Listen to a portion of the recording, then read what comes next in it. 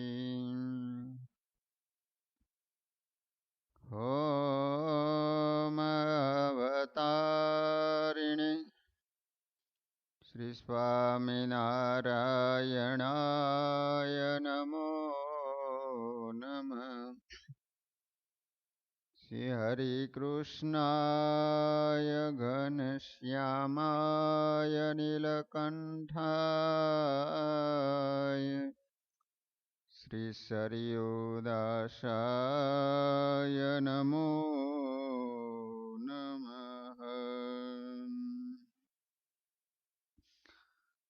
બોલો સ્વામિનારાયણ ભગવાનની. શ્રી હરિ કૃષ્ણ મહારાજની. શ્રી રાધા કૃષ્ણ દેવની. શ્રી નરનારાયણ દેવની જય.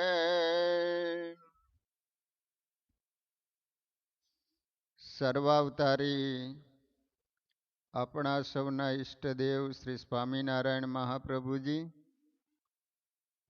શ્રીજી મહારાજના લાડીલા દરેક હરિભક્તોને ઘણા ભાવથી જય સ્વામિનારાયણ. વાલા ભક્તજનો, સ્વામિનારાયણ ભગવાનની પરાવાણી એટલે વચનામૃત ગ્રંથ હમણાં જ વચનામૃત જયંતી માગશર મહિનામાં 200 વર્ષ પૂરા થયા. સ્વામિનારાયણ ભગવાનની ઉપાસના માટેનો ગ્રંથ એટલે વચનામૃત ગ્રંથ. વચનામૃતના માધ્યમથી જેમ છે એમ સ્વામિનારાયણ ભગવાનની ઓળખાણ અને મહિમા સમજાય.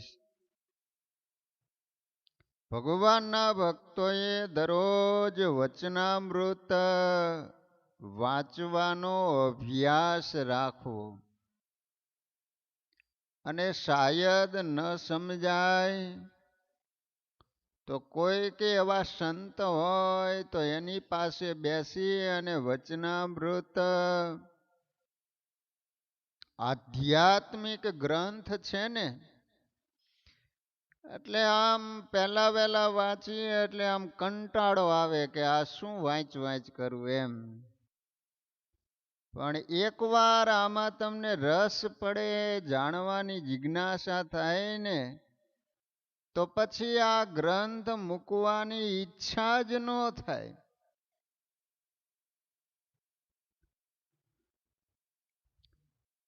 તો પ્રથમ પ્રકરણનું 26મું વચનામૃત છે. એની અંદર મહારાજે બહુ સરસ મજાની વાત કરી છે કે ભગવાનના રસિક કીર્તન ગાતા ગાતા જો એક ભગવાનના સ્વરૂપમાં જ રસ જણાય તો ઠીક છે, અને જો ભગવાનના સ્વરૂપ વિના બીજે ઠેકાણે રસ જણાય તો એમાં મોટી ખોટ છે. કેમ જે એ ભક્તને જેમ ભગવાનના શબ્દમાં હેત થાય છે અને શબ્દમાં રસ જણાય છે, તેમજ ગીત વાજિંત્રના શબ્દમાં અથવા સ્ત્રી આદિકના શબ્દમાં રસ જણાય છે ને હેત થાય છે, માટે એ ભક્તને અવિવેકી જાણવો. હવે રસિક ભગતની વાત આવે છે. રસિક ભગત કોને કહેવાય? અમિતભાઈ, રસિક ભગત એને કહેવાય કે ભગવાન સિવાય બીજે ક્યાંય રસ જણાય નહીં, તો એને રસિક ભગત સાચો કહેવાય.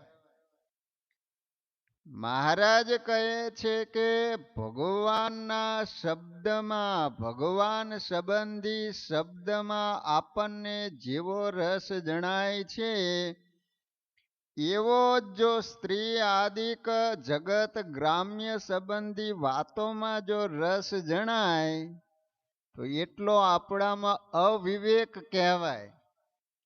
એટલા હજી આપણે રસિક ભગત સાચા નો થયા કહેવાય. આપણે તપાસ કરવાનો છે કે આપણે રસિક ભગત થયા છીએ કે નથી થયા એમ.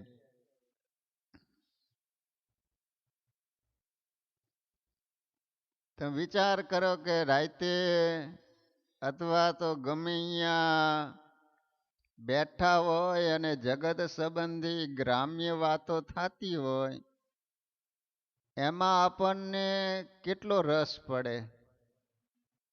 ઘણાને તો કાને સંભળાતું ન હોય તોય કાન માંડીને સાંભળે કે શું વાત થાય, અને એમાં કેટલો સમય વ્યતીત થઈ જાય એનો પણ ખ્યાલ રહે નહીં. અને કથામાં બેઠા હોઈએ તો આમ ઘડિયાળ સામે ધ્યાન રાખીને બેઠા હોય, 5 મિનિટ આગળ જાય ને એટલે એમ થવા માંડે સ્વામી ઘડિયાળમાં જોવાનું ભૂલી ગયા લાગે છે. સ્વામિનારાયણ ભગવાન વખતે એવું બનતું કે ઓલા કાઠીઓ કોઈ દિવસ કથામાં બેઠેલા ન હોય ને, ભગવાન પરાયણે કથામાં બેસાડે. પછી શું થાય, થોડીક વાર થાય ને તો ઊંઘી જાય. એટલે મહારાજ તરત જ ટકોર કરે કે કેમ સુરા ખાચર હલૈયા ખાચર ઊંઘી જાઓ? તો કે મહારાજ અમારો કાંઈ વાંક નથી, ભણું ભટડો જેવો પોથી ખોલે છે ને એમાંથી ઊંઘ છૂટે છે. બાકી એક બાજુ બેહવા દ્યો, હવાર કઈ રીતે પડે એની ખબર ન પડવા દે. અને પછી કાઠીઓ છે ને એકબીજા વાતું કરે. પહેલાના જમાનામાં હાથે લખેલા પાના હોય આમ વાંચતા હોય, તો એમાં જ્યારે અધ્યાય પૂરો થવાનું આવે ને એટલે નીચે 2 લીટી લાલ અક્ષરે આવે, ઇતિ શ્રીમદ ભાગવતે વ્યાસ પુરાણે આટલામો અધ્યાય પૂરો એમ. એટલે સમજી લેવાનું કે કથા પૂરી થઈ એમ.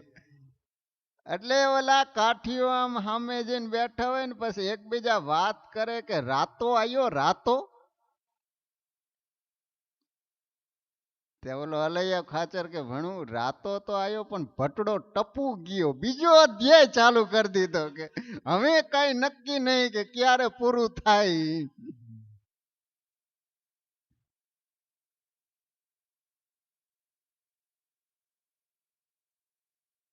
આપણે તપાસ કરવાનો છે કે આપણે ભગવાનના ભક્ત તો બન્યા છીએ, તો હજી ગ્રામ્ય શબ્દમાં આપણને કેટલું હેત છે, એમાં કેટલો આપણને રસ પડે છે.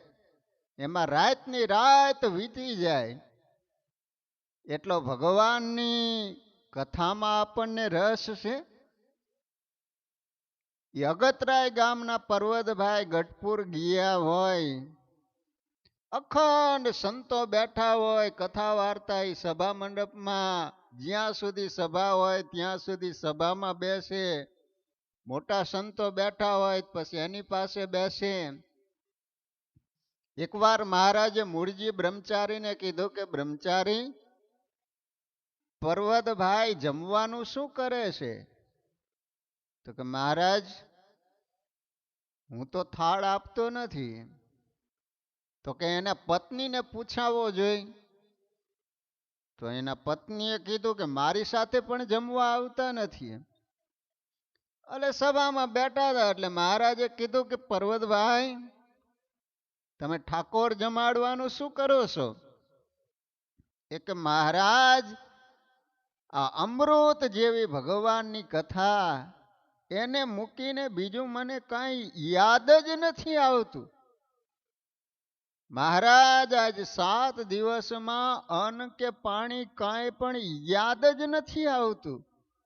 ત્યારે સ્વામિનારાયણ ભગવાને સભામાં કીધું કે પરીક્ષિત રાજાએ 7 દિવસ સુધી અન્ન જળનો ત્યાગ કરીને ભગવાનની કથા સાંભળી હતી, પણ એના માથે તો મોત ભમતું હતું. એને કારણે અન્ન જળનો ત્યાગ કરીને કથા સાંભળી હતી, પણ માત્ર ને માત્ર ભગવાનની પ્રસન્નતાર્થે ભગવાનને રાજી કરવા માટે પર્વતભાઈએ 7 દિવસ સુધી અન્નજળનો ત્યાગ કરીને ભગવાનની કથા સાંભળી. અને ભગવાનનું વચન છે કે જેને કથા વાર્તામાં રુચિ નથી એમાં કોઈ દિવસ સારા સદગુણો આવતા નથી. અને આજની તારીખે પણ તમે તપાસ કરજો, જે હરિભક્તને કથામાં બેસવાના અંગ હશે અને કથામાં જેને રસ હશે એવા જ હરિભક્તોમાં તમને ધર્મ નિયમ ભગવાનનો મહિમા બધી રીતનું સારું દેખાય છે. અને જે હરિભગતને કથામાં બેસવાના અંગ જ નથી, જેને કથામાં રસ જ નથી, સમજી લેવાનું કે એ સારા હરિભગત હશે પણ સમય જતા ચોક્કસ એ સત્સંગમાંથી પડી જવાના. સત્સંગનો કૃષ્ણ કથા જ પાયો, જોતે કદાપી નબળો જણાણો, સત્સંગ રૂપી શુભતો હવેલી, પડી જવાની ગણવી જ વહેલી. આ સત્સંગ રૂપી મોટી બિલ્ડિંગ છે ને એના પાયા ભગવાનની કથા છે. જેટલો કથારૂપી પાયો મજબૂત હોય ને એટલો એ હરિભગત સત્સંગમાં મજબૂત કહેવાય. એને ગમે તેવા દેશકાળનો યોગ થાય ને તોય પણ એ હરિભગત સત્સંગમાંથી ડગે નહીં. જો કથા વાર્તાનો યોગ છૂટી ગયો ને, હારા હારા હરિભગત હતા ને એના ઠેકાણા ન રહ્યા. કોઈ ધર્મ નિયમ ન રહ્યો, પૂજા પાઠ નહીં, કાંઈ જ નહીં. ધીમે ધીમે પછી સત્સંગ ઘસાતો જાય અને પરિવારમાંથી સત્સંગ હાવ જતો રહ્યો. એટલે કથામાં બેસવાના અંગ પાડવા, દરરોજ સત્શાસ્ત્રોનું વાંચન કરવું જોઈએ, અથવા તો દરરોજ થોડીક વાર ભગવાનની કથા સાંભળવી. એટલા માટે અહીંયા મહારાજ કહે છે કે ભગવાનના શબ્દમાં જેટલું હેત છે એટલો જ હેત જો સ્ત્રી આદિકના શબ્દમાં રસ જણાય અને હેત થાય તો એટલો ભગવાનના ભગતને અવિવેકી જાણવો. અને ભગવાન અને ભગવાનના સંત તેના જે વચન તેને વિશે જેને રસ જણાય છે તેવો જ બીજા વિષયના શબ્દમાં રસ જણાય છે. એવી જે મૂર્ખતા એનો ત્યાગ કરવો અને એવી મૂર્ખતાનો ત્યાગ કરીને ભગવાનને શબ્દે કરીને જ સુખ માનવું, એવી જાતનો જે રસિક ભગત છે એ ખરો. અને જેમ શબ્દ તેમજ સ્પર્શ પણ એક ભગવાનનો જ ઈચ્છે અને અન્ય સ્પર્શને તો કાળો નાગ અને બળતો અગ્નિ તે જેવો જાણે. હવે સ્પર્શની વાત આવી. સ્પર્શ કોનો કરવાનો? ભગવાનનો અને ભગવાનના સંતનો. બાકી એના સિવાયના અન્ય સ્પર્શ છે એને કાળો નાગ અને અગ્નિ જેવા જાણવા. અહીંયા સર્પ નીકળે તો તમને આમ તો હુવાડો કેટલો બધો હોય, સર્પ સુવાડો હોય ને એકદમ લીસો હોય તો આપણને એના ઉપર આમ હાથ ફેરવવાની ઈચ્છા થાય. કેમ? તમને ખબર છે કે કાકો હોય 100 વરા પૂરા કરી દે. અગ્નિ હોય, અગ્નિ આમ કેવો સરસ મજાનો લાગે ને, પણ આમ અડવાની ઈચ્છા થાય, આમ હાથથી પકડવાની ઈચ્છા થાય કે અગ્નિ કેવો સરસ મજાનો પ્રગટે છે તો આપણે ચાલો હાથ અંદર નાખીએ. કેમ? આપણને ખબર છે કે એનાથી દાઝી જવાય, સળગી જવાય. એમ મહારાજ કહે છે કે ભગવાનનો ભગત હોય ને એને ભગવાન અને સંત સિવાયના અન્ય સ્પર્શને તો કાળો નાગ અને અગ્નિ જેવા સમજવા જોઈએ. પંઢરપુરમાં એક ભગત થઈ ગયા. મહારાષ્ટ્રમાં એનું નામ હતું ગોરા કુંભાર. એ કેવા ભગવાનના ભગત હશે, કેવું એને ભગવાનનું ભજન કર્યું હશે. આપણામાં તો એના જેવો 1% ન આવે. કેટલું આમ શરીરનું ભાન ભૂલી એકાકાર થઈ અને ભગવાનનું ભજન કરતા હશે. કેવા ભગવાનના તલ્લીન બની જતા હશે કે જગતને અને દેહને ભૂલી જતા. બહેનો એવું કે ગોરા કુંભાર છે ને એના પત્ની પાણી ભરવા માટે ગયેલા, અને એ કુંભાર એટલે માટી ઓલું પિંડો કરવો પડે ને, એટલે માટીને ખૂંદવી પડે. તો એ ગોરા કુંભાર માટીને ખૂંદતા હતા, પણ વિઠ્ઠલ વિઠ્ઠલ કરતા ભગવાનમાં એટલા બધા તલ્લીન બની ગયા કે શરીરનું ભાન ભૂલી ગયા. મસ્ત બની અને માટીને ખૂંદી રહ્યા છે, પિંડો બનાવી રહ્યા છે. એમાં બન્યું એવું કે એનો નાનો છોકરો હશે તે અમે ક્યાંક સૂતો હશે ને જાગી ગયો, એટલે એના પપ્પાને જોયા એટલે એ તરફ ભાખોડિયા હાલતો હાલતો. એને તો શું કઈ ખબર ન હોય છોકરાને, તો કે લાવો મારા બાપુજી પાસે જવું એમ. ગોરા કુંભારને કઈ ખબર નહીં, એ તો તલ્લીન બનીને માટી આમ પીલતા હશે. તો બોલો છોકરો આવ્યો તો શાસ્ત્રોમાં એવું લખાણું એના ચરિત્રમાં કે ઓલા છોકરાને માટીની સાથે પીલી નાખ્યો, એક રસ થઈ ગયો. તોય ભગતને કાંઈ ખબર નથી. કોઈ દિવસ આપણે આવું ભાન ભૂલ્યા? માનસી પૂજા કરતા હોય ને સમયનું ધ્યાન ન રહે, ભગવાનનું સંકીર્તન કરતા હોય ને આજુબાજુનો આપણને કાંઈ ખ્યાલ ન રહે. એમ આપણે તો માનસી પૂજામાં બેઠા હોય ને માખી ને મચ્છર બેસે ને તો આમ જે ટાપલી મારે ને તો ઘા ફેલ ન જાય, એ મરી જ જાય. બોલો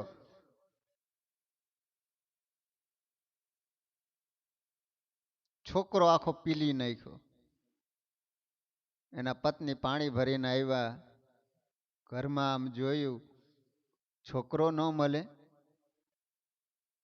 પછી આમ ધ્યાન ગયું તો ઓલી માટી હતી ને એકદમ લાલ. પછી આમ નિહાળીને જોયું ને તો માંસના લોંદે લોંદા. આહા! ગોરા કુંભારનો હાથ પકડી એના પતિને કે પતિદેવ. તો ગોરા કુંભાર ભાનમાં આવ્યા. શું છે દેવી? તો કે તમારે ભજન કરવું હોય ક્યાં હું ના પાડું, પણ છોકરાનું ધ્યાન તો રાખવું જોઈએ ને. એકનો એક છોકરો આમ તમે જુઓ તો ખરા માટીની સાથે પીલી નાખ્યો, લોંદે લોંદા કાઢી નાખ્યા. અને છોકરાને મરેલો જોયો ને, ગમે એમ તો બાપ છે ને, પણ શું થાય? એના પત્નીને કહે છે કે મેં જાણી જોઈને તો કર્યું નથી, મને ખ્યાલ રહ્યો નહીં એમ. એના પત્ની આક્રોશમાં આવી ગયા, ન બોલવાના શબ્દો બોલવા માંડ્યા અને ભગવાન પ્રત્યે જેમ તેમ બોલવા માંડીને ત્યારે ગોરા કુંભાર કહે છે કે તું જેમ બાળકની માં છો ને તને દુઃખ થાય છે, એમ હું એનો બાપ છું, મને પણ દુઃખ થાય છે. અને તું ભગવાન પ્રત્યે આવા શબ્દો કહે છે. અને ગોરા કુંભારે એને કહી દીધું કે આજ તું મારી પત્ની ને હું તારો પતિ નહીં. ભાઈ બહેન ના સંબંધ કરી નાખ્યા. ગોરા કુંભારના પત્નીએ વિચાર કર્યો કે હવે પત્ની તરીકે મારો ત્યાગ કર્યો છે, બહેનના સંબંધ રાખે છે, હવે આગળ જતા વંશ અટકી જશે, હવે શું કરવું? એટલે એને વિચાર કર્યો કે ઘરે મારા બીજા બેન છે ને એની સાથે ભગતના લગ્ન કરી નાખી, કે જેને કારણે આપણો વંશ ચાલે એમ. એટલે પછી એના બાપુજીને વાત કરી ને બધા સંમત થયા ને ગોરા કુંભારના બીજા લગ્ન કર્યા ને એ લગ્ન લેવાના. પછી વિદાય આપવાનો જ્યારે સમય આવ્યો ને ત્યારે એના સસરાએ કીધું કે મારી પહેલી દીકરી છે ને એની સાથે તમે જેવા સંબંધ રાખો છો ને એવા સંબંધ આ દીકરી સાથે રાખજો. ગોરા કુંભાર કે હું એને બેન માનું છું તો આને બેન માનીશ. પણ ભક્તજનો પછી તો બહેન તરીકેનો સંબંધ રાખેશ, એ રીતના સંસારમાં રહેશ. પણ બન્યું એવું કે એકવાર ગોરા કુંભાર સૂતા હતા. તો વિચાર કરજો કે ભગત કોને કહેવાય, રસિક ભગત કોને કહેવાય. એમાં એના બેન હતા ને એને બાજુમાં સૂતા અને એમાં ભગતને કાંઈ ખ્યાલ રહ્યો નહીં અને ભગત આમ પડખું ફરવા ગયા અને ઉપર હાથ પડ્યો ને તો આમ જોયું, ઓહો, ખરેખર હું જેને બહેન માનું છે એના ઉપર હાથ પડ્યો. બાજુમાં કંઈક દાતરડું જે કાંઈ હથિયાર પડ્યા હશે ને એનાથી ખચાક લેતા ભગતે પોતાના બંને હાથ કાપી નાખ્યા. કે હું ભગવાનનો ભગત ને આવું થયું. હવે તમે વિચાર કરજો કે હાથ કપાઈ જાય પછી બીજા કઈ કામ થાય? કામ અટકા. પણ કેવા એ ભગવાનના ભગત હશે કે ભગવાનને ચિંતા થઈ એટલે ખુદ ભગવાન લક્ષ્મીજીને સાથે રહીને ભગતને ત્યાં કામ કરવા માટે આવ્યા. એ કે માત્ર તમે મને ખાવાનું આપજો, અમે તમારે ત્યાં કામ કરીશું. ગોરા કુંભારને ત્યાં કામ કરે. ઘણા સમય વ્યતીત થઈ ગયો. પછી એકવાર લક્ષ્મીજીએ કીધું રાત્રિના સમયે કે નારાયણ પ્રભુ ક્યાં સુધી વગર ફદી આમને આમ મજૂરી કરાવીશ, કે દિવસે મારો છુટકારો કરજો, તમારે રહેવું હોય તો રહીજો. કે ગોરા કુંભાર હુતા હુતા સાંભળે. હવે ખ્યાલ આવ્યો કે ઓહો, આ તો સાક્ષાત લક્ષ્મીજી અને નારાયણ છે. તરત ભગવાને પોતાના મૂળ વેશમાં દર્શન આપ્યા. ભગવાન એટલા બધા રાજી થઈ ગયા. ગોરા કુંભાર ઉપર હાથ ફેરવ્યા ને જે હાથ કપાઈ ગયા હતા એ પાછા સરસ મજાના ભગવાને પાછા કરી આપ્યા અને ભગવાન એના ઉપર ખૂબ રાજી થયા. એટલા માટે અહીંયા મહારાજ એમ કહે છે કે રસિક ભગત સાચો એને કહેવાય કે ભગવાન સિવાય બીજા કોઈ જગત સંબંધી પદાર્થનો સ્પર્શ ન કરે તો એ રસિક ભગત સાચો કહેવાય. કેટલી 6:30 વાગ્યા સુધી કથા કરવાની છે ને, હજી વાર છે ને થોડીક. તો મહારાજ કહે છે કે અન્ય સ્પર્શને તો કાળો નાગ તથા બળતો અગ્નિ તે જેવા જાણે ત્યારે રસિક ભગત સાચો. તેમજ રૂપ પણ ભગવાનનું જોઈને પરમ આનંદ પામે અને બીજા રૂપને તો જેવો નરકનો ઢગલો તથા સડેલ કૂતરું તેવું જાણે એ રસિક ભગત સાચો. હવે રૂપની વાત આવી. આપણે તપાસ કરવાનો છે કે આપણને ભગવાનનું જ રૂપ જોવું ગમે છે કે હજી બીજું પણ રૂપ જોવું ગમે છે? જો બીજું રૂપ જોવું ગમતું હોય તો હજી એટલા આપણે રસિક ભગત સાચા થયા ન કહેવાય. મહારાજ કહે છે કે ભગવાન સિવાય અન્ય રૂપને તો નરકનો ઢગલો, નરકનો એટલે વિષ્ટાનો ઢગલો પડ્યો હોય એને જોવાની આપણને ઈચ્છા થાય. આમ નજર ગઈ હોય તો તરત પાછી ફેરવી લઈએ ને. પછી કહેવાય છે કે સડેલું કૂતરું, આમ હડેલું કૂતરું તમે જોવો ને તો આમ જોવાની ઈચ્છા થાય. આપણે આમ જોઈ જ રહી કે ઓહો કેવું સરસ મજાનું હડેલું કૂતરું છે એમ. તો મહારાજ કહે છે કે ભગવાન સિવાય અન્ય રૂપને એના જેવું જાણીએ તો આપણે રસિક ભગત હાચા કહેવાય. અને તેમજ રસ પણ ભગવાનના મહાપ્રસાદનો હોય તેને કરીને પરમ આનંદ પામે, પણ બીજા જે નાના પ્રકારના રસ તેને સ્વાદે કરીને આનંદને ન પામે તે રસિક ભગત સાચો. હવે રસની વાત આવી. ભગવાનનો મહાપ્રસાદ હોય એમાં જ રસ જણાય છે કે પછી વીકલીમાં એકાદ વાર બહાર ખાવા જવાની ઈચ્છા થાય છે? ત્યાં સુધી આપણે સાચા અર્થમાં ભગવાનના ભગત નો કહેવાય. એટલી ભગતમાં ખોટ અને ખામી કહેવાય. માટે ભગવાનના ભક્તોએ આ કથા સાંભળ્યા પછી આપણામાં જે કાંઈ અવિવેક હોય તો એનો ત્યાગ કરી અને પંચ વિષય ભગવાન સંબંધી જ્યારે ભોગવે ત્યારે રસિક ભગત સાચો કહેવાય. મહારાજ કહે છે કે રસ માત્ર ભગવાનના મહાપ્રસાદનો હોય એને કરીને આનંદ પામે. તેમજ ભગવાનને ચડ્યા એવા જે તુલસી પુષ્પના હાર અને નાના પ્રકારની સુગંધી યુક્ત એવા અત્તર ચંદનાદિક એની સુગંધીને ગ્રહણ કરીને પરમ આનંદ પામે. પણ કોઈ અન્ય વિષય જીવે દેહ અત્તર ચંદનાદિક ચર્ચા હોય અથવા પુષ્પના હાર પહેર્યા હોય તેની સુગંધીને પામીને રાજી ન થાય, એવી રીતે પંચ વિષય ભગવાન સંબંધી જ ઈચ્છે તો એ રસિક ભગત સાચો. મહારાજ કહે છે કે સુગંધી ભગવાનને ચડાવેલા પુષ્પ છે, અત્તર છે કે તુલસી છે એની જ ભગવાનનો ભગત હોય સુગંધ લે. પણ અન્ય પંચ વિષય સંબંધી ભગવાન સિવાય બીજા કોઈ ભોગવે નહીં તો એ રસિક ભગત સાચો.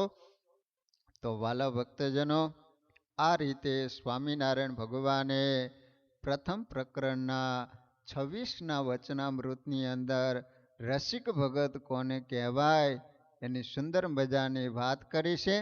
તો વાલા ભક્તજનો, આપણામાં કંઈ પણ ખામી હોય તો આ વચનામૃતના માધ્યમથી અન્ય પદાર્થ, અન્ય પંચ વિષય સંબંધી રસ એનો ત્યાગ કરીને એક ભગવાન સંબંધી પંચ વિષય એને ભોગવીએ તો આપણે સાચા અર્થમાં રસિક ભગત કહેવાઈએ.